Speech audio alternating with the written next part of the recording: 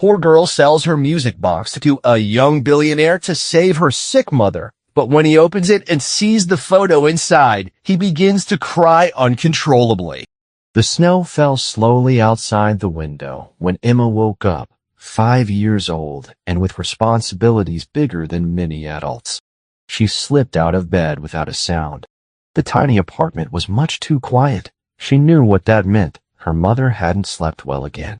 "Mom?" Emma whispered, peeking into her mother's bedroom. Sarah lay there, paler than the cheap sheets, forcing a smile as she opened her eyes. "Good morning, my love. Did you sleep well?" Emma nodded, even though it wasn't true. Nightmares had haunted her, dreams where she was all alone in the world. Climbing onto the bed, Emma snuggled beside her mother, seeking warmth. "I'm going to make your medicine," she said, brushing a strand of hair away from Sarah's face. "You don't have to, sweetheart. Just rest a little longer," Sarah replied, her voice weak. But Emma was already up, knowing the familiar routine better than her own breathing. Warm water, pink and white pills, light meals. They had just 3 days left before the money ran out, and the medicine would run out even sooner. As she prepared breakfast, Emma glanced at the small music box on the living room shelf. It was the most beautiful thing they owned. Hand-carved wood with delicate golden details and a ballerina that danced when the lid was opened. Sarah had told her it belonged to a man she loved very much before Emma was born. A man who never knew he had a daughter. "It's the only thing I have left of him," Sarah would say, her eyes distant. That morning, as her mother slept after taking her medication, Emma made a decision. Carefully, she took the music box and wrapped it in the only pretty scarf they had. She placed it in her backpack and left quietly.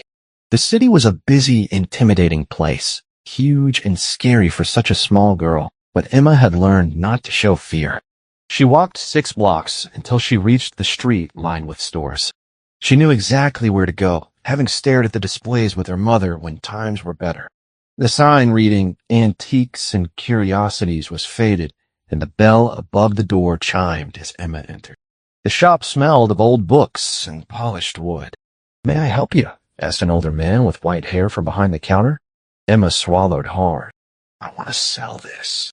She took the box out of her backpack, carefully unwrapping the scarf. The music box gleamed under the shop's lights, almost alive. The man adjusted his glasses.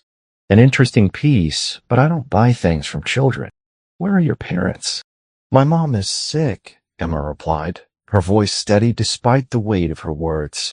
"We need money for medicine." The man hesitated.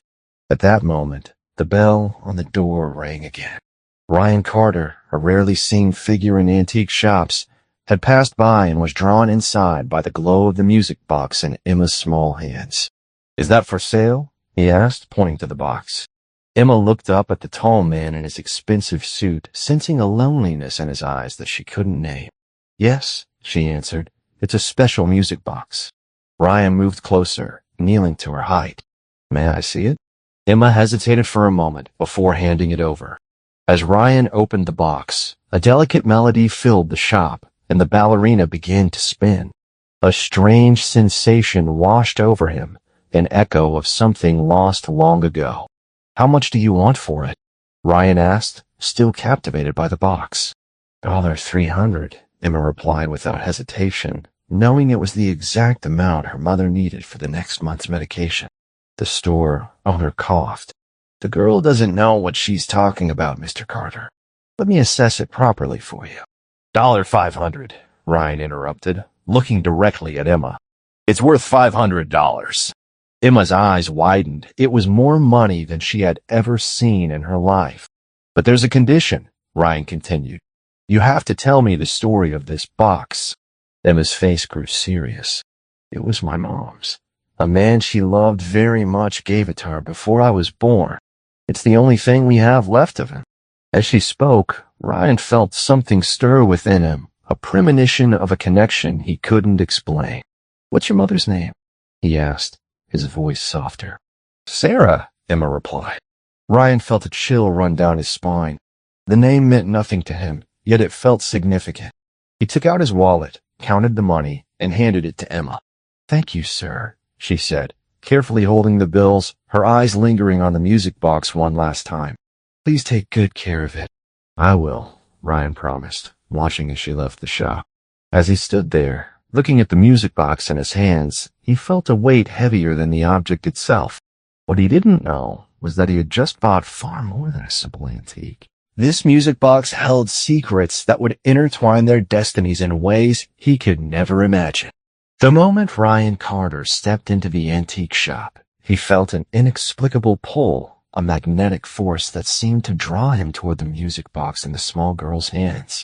He was a successful businessman, accustomed to the fast-paced world of technology and wealth. Yet here, in this dimly lit shop, filled with relics of the past, he felt a sense of longing and curiosity. As he knelt to Emma's height, he couldn't help but notice the determination in her eyes, a fierce resolve that spoke volumes about her character. "Is that for sale?" he asked, his voice low and gentle. Emma, barely 5 years old, nodded with a seriousness that belied her age. "Yes, it's a special music box." Ryan could sense the weight of her words, the depth of the story hidden within the delicate object she held. He opened the lid, and the sweet melody filled the air, evoking an unexpected rush of nostalgia. It was a tune that stirred something deep within him, a faint memory of laughter and love that he couldn't quite place. "How much do you want for it?" he asked, still entranced by the music. $300, Emma replied without a moment's hesitation, her voice steady. Ryan glanced at the store owner, who seemed skeptical, but the girl's resolve intrigued him. "I'll give you $500, he said, interrupting the store owner's doubts. Emma's eyes widened at the offer, a flicker of hope igniting within her. "But there's a condition," Ryan continued, his gaze locking onto hers. "You have to tell me the story of this box." Emma's expression shifted from excitement to seriousness as she began to recount its history. "It was my mom's. A man she loved very much gave it to her before I was born. It's the only thing we have left of him." With each word, Ryan felt a deeper connection for me. He was struck by the weight of her story, the echoes of love and loss that resonated within him. "What's your mother's name?" he asked, almost afraid to hear the answer. "Sarah," Emma replied. The name sent a chill through Ryan. He had never met this woman, yet he felt an inexplicable bond forming. There was something about this moment that felt significant, as if the threads of their lives were beginning to intertwine in ways he couldn't yet comprehend. As Ryan handed Emma the cash, he felt a mix of emotions flooding him: sympathy for the little girl, admiration for her bravery, and a strange sense of destiny. "Thank you, sir," she said, clutching the bills tightly in her small hands. "Please take good care of it." "I will," he promised, watching her leave the shop.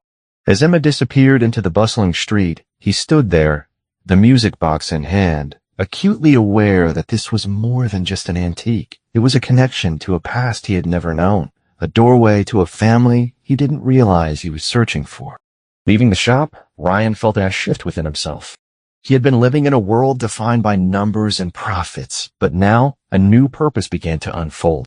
He had just embarked on an unexpected journey, one that would challenge his understanding of family, love, and the ties that bind us together. With the music box as his guide, he was ready to uncover the secrets that lay ahead, and he couldn't shake the feeling that Emma's story was just beginning. In the days that followed, the bond between Ryan and Emma deepened in ways neither of them expected. Ryan found himself drawn to the little girl's fierce spirit and resilience. He visited the antique shop often, spending time there to learn more about Emma and her mother, Sarah. Each visit brought him closer to understanding their struggles and the sacrifices they made for one another. One afternoon, as he watched Emma play with the other children in the park, Ryan felt a surge of protectiveness wash over him. She was so small, yet so brave, navigating a world filled with challenges. He couldn't help but admire her determination to care for her mother, despite the heavy burden on her tiny shoulders. It was during these moments that he realized how much he wanted to help them, not just as a benefactor, but as a family member. Then came the day when Ryan found the courage to invite Sarah to dinner. He wanted to meet the woman behind Emma's strength, to understand her story firsthand. As he prepared for their meeting, Ryan felt a mix of excitement and anxiety. He had never been good at connecting with people on a personal level, but something about this felt different. Sarah's battle with illness weighed heavily on his mind, and he wanted to offer her support beyond financial assistance. When Sarah arrived, Ryan was struck by her warmth and grace, even in her weakened state. They talked about Emma, about the challenges they faced, and the love that bound them together. Ryan listened intently as Sarah shared stories of her past, her dreams, and the man who had given her the music box. He could see the pain in her eyes when she spoke of lost opportunities and the life she had envisioned but never realized. As the evening progressed, Ryan found himself sharing his own story, revealing the loneliness that came with his wealth and success. He had always been surrounded by people who wanted something from him, yet here he was, drawn to a woman and her daughter who needed nothing but genuine connection. The conversation flowed easily, and with each passing moment, he felt a growing sense of kinship. But just when Ryan thought they were making progress, Sarah hesitated. "I appreciate your kindness, but I don't want to burden you with our problems," she said, her voice tinged with vulnerability.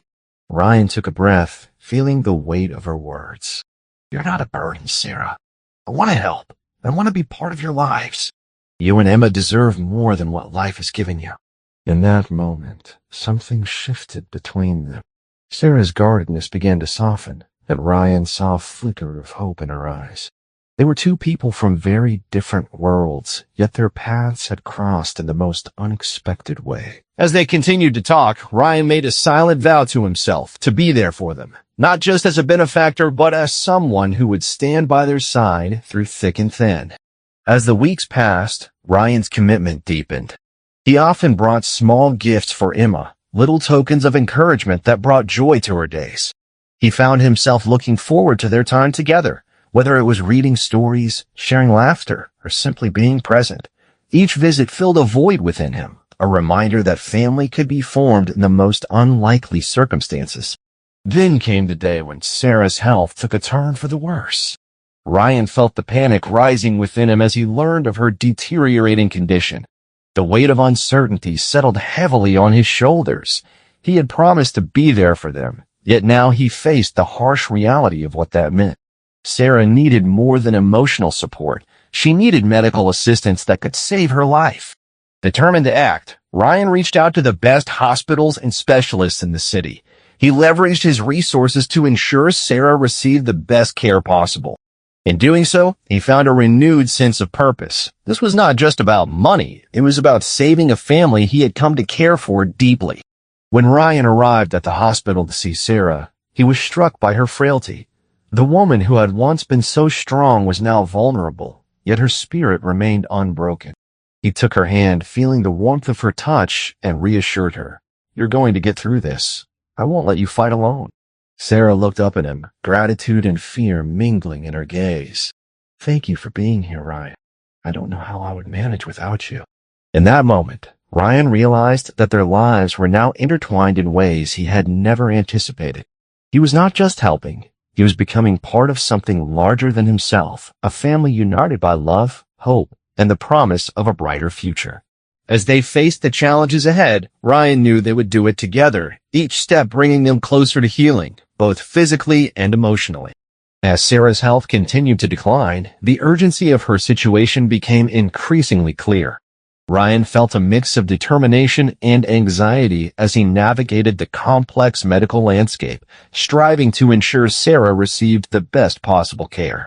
He spent long hours at the hospital, meeting with doctors and specialists, eager to understand every detail of her treatment plan. Each time he saw Sarah, he was struck by her quiet strength, even in the face of such overwhelming hardship. One afternoon, as Ryan sat with Sarah in her hospital room, he could see the weariness etched on her face. She was fighting hard, but the toll of her illness was evident. "How are you holding up?" he asked gently, hoping to lift her spirits. Sarah managed a small smile, though it didn't quite reach her eyes. "I'm trying, but it's hard," she admitted, her voice barely above a whisper. Ryan took her hand, feeling the warmth of her skin against his. "You're not alone in this, Sarah. We're in this together," he assured her. He wanted her to know that he was committed to helping her every step of the way, whether it was through medical resources or simply being a supportive presence. Then came the pivotal moment when the doctors called for a family meeting. The gravity of the situation hung in the air as they explained that Sarah's cancer had progressed more rapidly than anticipated. The prognosis was dire, and they needed to consider a liver transplant as a crucial next step. Ryan felt his heart sink at the thought of losing her, the woman he had come to care for so deeply. "What are the chances of success?" Sarah asked, her voice steady despite the fear that lurked beneath the surface. The doctor responded with a clinical detachment, outlining the options and the urgency of finding a suitable donor. Ryan listened intently, but in the back of his mind, a thought began to take shape. He could be that donor. As the meeting concluded, Ryan approached the doctor privately. "I want to be tested as a potential living donor," he declared, determination fueling his words. The doctor looked taken aback, clearly surprised by Ryan's sudden decision. "It's a serious surgery with risks involved," the doctor cautioned, but Ryan was resolute. "I understand the risks. She's my sister, and I refuse to let her fight this alone." After the doctor agreed to start the evaluation process, Ryan returned to Sarah's room, his heart pounding with a mixture of hope and fear. He found her resting, the rhythmic beeping of the machines surrounding her a constant reminder of her fragile state. As he sat beside her, he took a deep breath, knowing he needed to share his plan. "Sarah," he began, his voice steady, yet filled with emotion. "I want to donate a part of my liver to you. I believe it's the best chance you have." Sarah's eyes widened in shock, and for a moment she struggled to find her words. "Ryan, you can't possibly." I can, and I will," he interrupted gently. "Your family, Sarah. I can't stand by and watch you suffer when I have the ability to help. You deserve a chance at life, and I want to be the one to give it to you." Tears filled Sarah's eyes as she processed his words. "But what about the risks? You don't know what you're signing up for," she protested, her voice trembling. Ryan took her hands in his, squeezing them reassuringly. "I've thought about this. I understand the risks, but I also understand what family means. It means being there for each other, especially when it matters most." After a moment of silence, Sarah's expression softened. "I can't ask you to do this," she whispered, her voice thick with emotion. "You've already done so much for us." Ryan shook his head, his resolve unshaken. "You didn't ask. I'm offering. I want to do this for you, for Emma. You're worth it." The prospect of the surgery hung in the air between them, filled with hope and uncertainty. Sarah considered his words, the weight of her decision pressing down on her. "If I agree to this, you have to promise me that you won't take any unnecessary risks. If it becomes too dangerous for you, you have to back out," she said finally, her voice steady. "I promise," Ryan replied, feeling a surge of determination. "But I believe we can both come out of this okay." As they discussed the details, a sense of calm settled over the room.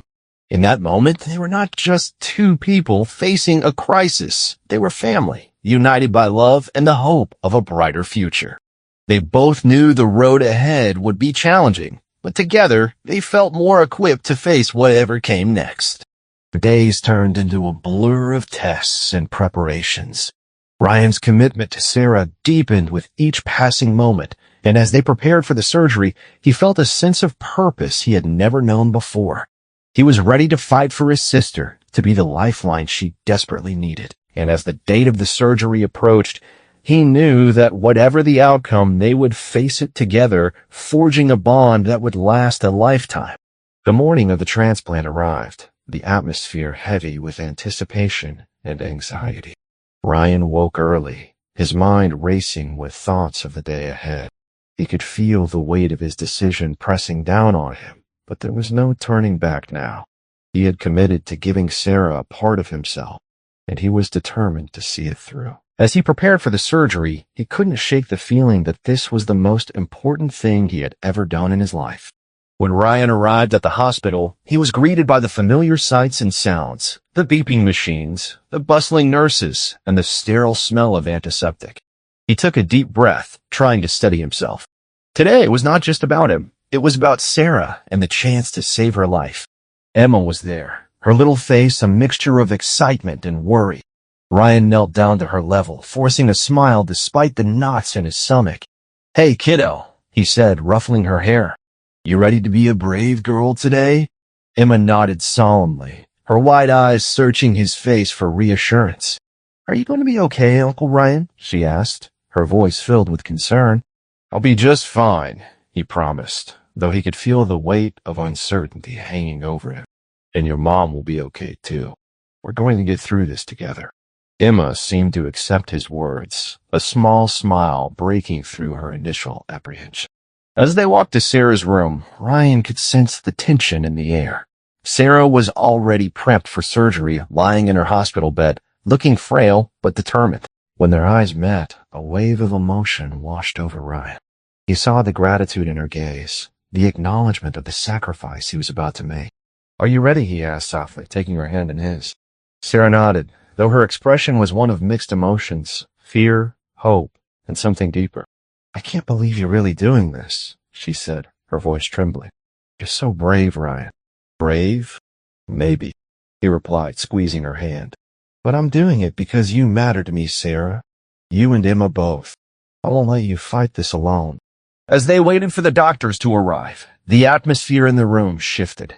They shared stories, reminiscing about the moments that had brought them together. Ryan spoke about his childhood, the loneliness he had felt growing up in a world of privilege but lacking genuine connection. Sarah shared memories of her mother and the dreams she had once held dear, dreams that had been overshadowed by illness and hardship. The time passed quickly, and soon the medical team entered the room, their demeanor professional yet compassionate. Dr. Morris, the lead surgeon, explained the procedure once more, ensuring that both Ryan and Sarah were prepared for what was to come. Ryan listened attentively, absorbing every detail, wanting to understand the process that would change their lives forever. As the team wheeled Sarah away to the operating room, Ryan felt a pang of fear grip his heart. He watched her go, the reality of the situation sinking in, but he also felt a surge of determination. This was the moment he had chosen, and he wouldn't falter now. After Sarah was taken into surgery, Ryan was prepped for his own procedure. The staff guided him through the necessary steps, hooking him up to monitors and IVs. As he lay on the operating table, he felt the coolness of the sterile environment around him. A sense of calm washed over him as he closed his eyes, envisioning Sarah's smiling face and Emma's laughter. Before he drifted off into anesthesia, he made a silent promise to do everything in his power to ensure they would have a future together, that they would be a family. Hours passed, and when Ryan finally regained consciousness, the first thing he felt was a wave of relief. The surgery had been successful. As he blinked against the bright lights, he heard familiar voices nearby. Slowly, he turned his head and saw Richard, Sarah's father, standing at the foot of the bed, worry etched across his features. Ryan, you're awake, Richard exclaimed, rushing to his side. How are you feeling? I'm okay, Ryan croaked, his throat dry. How's Sarah? Richard hesitated, the tension in the air palpable. She's stable. The doctors are monitoring her closely, but the transplant went well. A wave of relief washed over Ryan. He knew they still had a long road ahead, but this was a significant victory. Thank you for being here, he said, looking up at Richard. I couldn't have done this without knowing she would be okay. As the hours turned into days, Ryan's recovery progressed well. He was determined to be up and moving, eager to check on Sarah and see how she was faring. He found strength in the thought of their growing family, the bond that had formed between them through their struggles. When he was finally able to visit Sarah in the ICU, he felt a rush of emotion seeing her lying there, fragile but alive. He approached her bedside, taking her hand gently. You did it, Sarah, he whispered, tears threatening to spill. You're gonna be okay. Her eyes fluttered open, and a weak smile spread across her face. You're going to be okay too, she replied, her voice barely above a whisper. In that moment, they both understood that this was just the beginning. They had faced the darkness together and emerged stronger, bound by love and resilience. As they looked into each other's eyes, they knew they were no longer alone. They were a family, ready to face whatever challenges lay ahead.